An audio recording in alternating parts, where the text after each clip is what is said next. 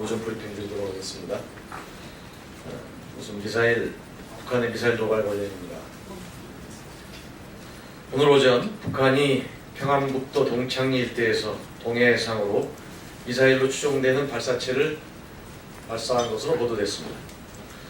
북극성 2형 중장거리 탄도미사일을 발사한 지 22일 만에 또다시 북한이 미사일을 발사한 데 대해서 강력히 규탄합니다. 최근 북한은 한미 합동 군사훈련을 비난하며 긴장을 고조시키는 언행을 지속해 왔는데 오늘 미사일 도발은 그 일환으로 보입니다. 그러나 한미 합동 군사훈련은 북한이 스스로 자초한 것이라는 점에서 북한은 즉시 도발적 행위를 중단하고 대화에 나설 것을 촉구합니다. 북한이 이 소모적 긴장을 끝내는 길은 군사적 도발을 중단하고 핵을 폐기하고 국제사회의 일원이 되기 위해 노력하는 길뿐입니다. 아울러 최근 미국 일각에서 선제 공격론이 제기되고 있고 전술핵 재배치를 검토하고 있다는 보도가 나오는 등 한반도에서 군사적 긴장이 고조되고 있는 상황에 대해 깊은 우려를 표시하지 않을 수 없습니다. 남북 당국을 비롯한 관련국들은 냉정한 자세를 바탕으로 한반도의 평화와 안정을 위해 노력할 것을 촉구합니다. 다음 국정원 헌재 사찰 의혹 관련입니다.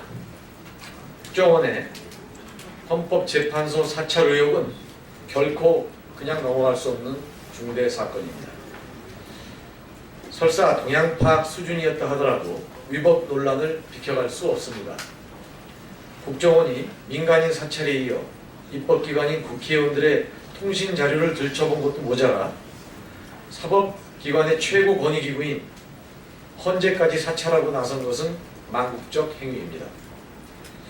헌법재판소가 더욱더 무거운 책임감으로 탄핵 심판을 마무리 지어야 할 이유이기도 합니다.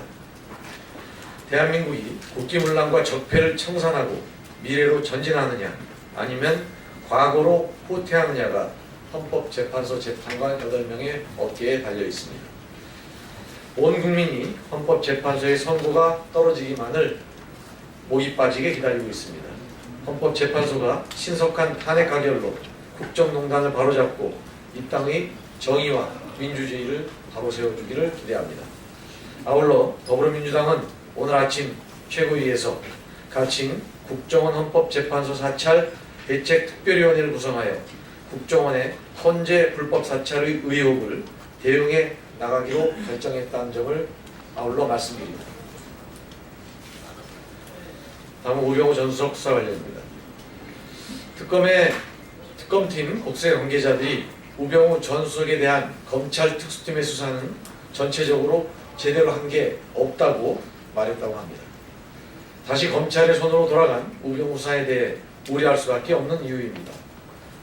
그런데 검찰이 특검팀 수사 전 국정농단 사태를 수사해온 특별수사본부에 대해 다시 수사를 맡기겠다니 어불성설입니다. 특검 수사 과정에서 우 전 수석이 김수남 검찰총장을 비롯한 검찰 수뇌부와 수차례 통화한 정황이 드러났습니다.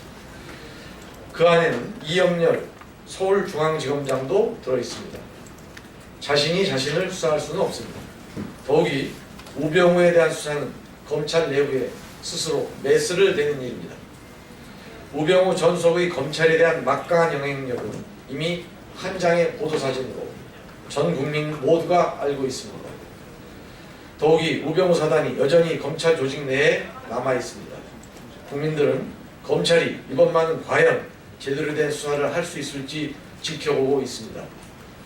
또다시 검찰의 팔이 안으로 굽는 물타기 수사에 그친다면 국민들이 용서하지 않을 것입니다. 박근혜 대통령 국정농단 사건, 특히 우병우 수사에 검찰의 미래, 아니 모든 것이 달려있음을 명심하기 바랍니다.